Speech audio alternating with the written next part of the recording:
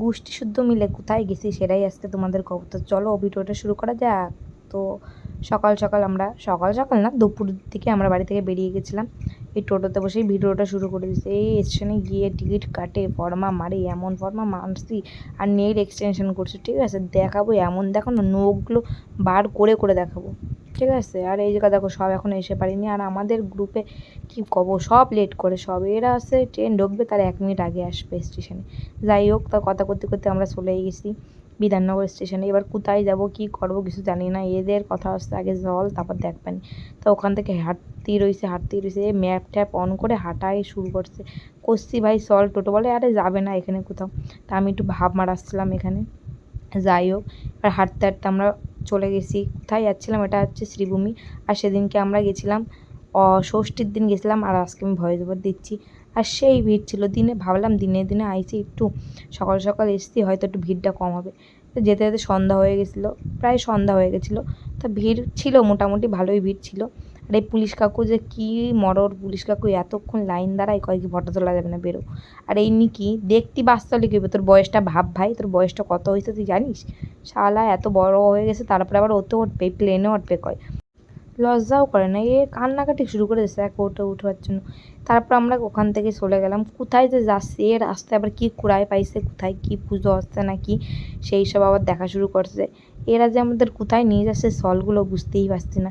করছি ভাই আমার মুখটুকে চেহারা দেখছো, মেকআপ তো করছিলাম একটুখানি, আর এই ঘামে ঘামে আমার মেকআপের মাথা সব উঠে গেছে, মুখ ঘামে পুরো জ্বলে গেছি। তারপরেও এদের যাওয়া ঠিক হচ্ছে না যে কোথায় যাবো।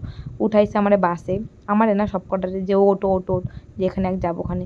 বাসেরতে নামে আগে কিছু গিলাই নিয়েছে আমাদের, নাহলে তো আর পেট চলতেছিল না।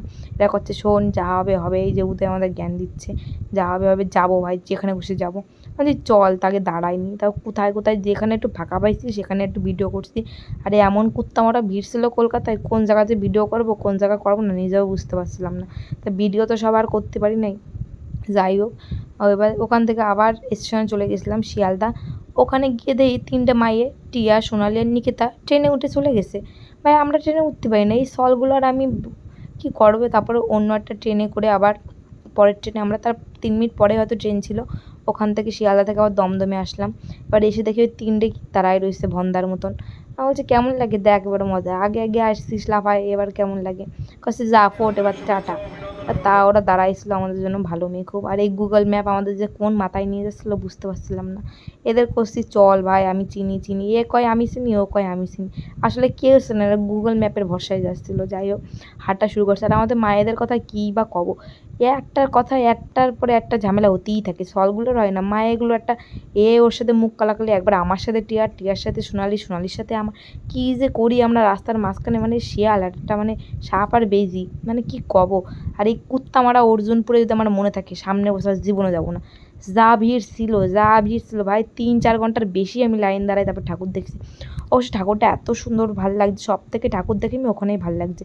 তারপর আর কি, তারপর ওখান থেকে সোজা বাড়ি চলে আসি।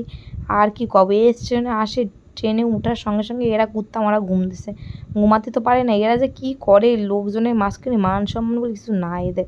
আর আমি দেখো এই দেখো সব কটা। তা আজকের ভিডিওটা এখানেই শেষ করলাম, ভালো লাগলে একটু কইও, এদের কী যে করে এরা, খায় দেয় কাজ পায় না। তো টাটা বাই।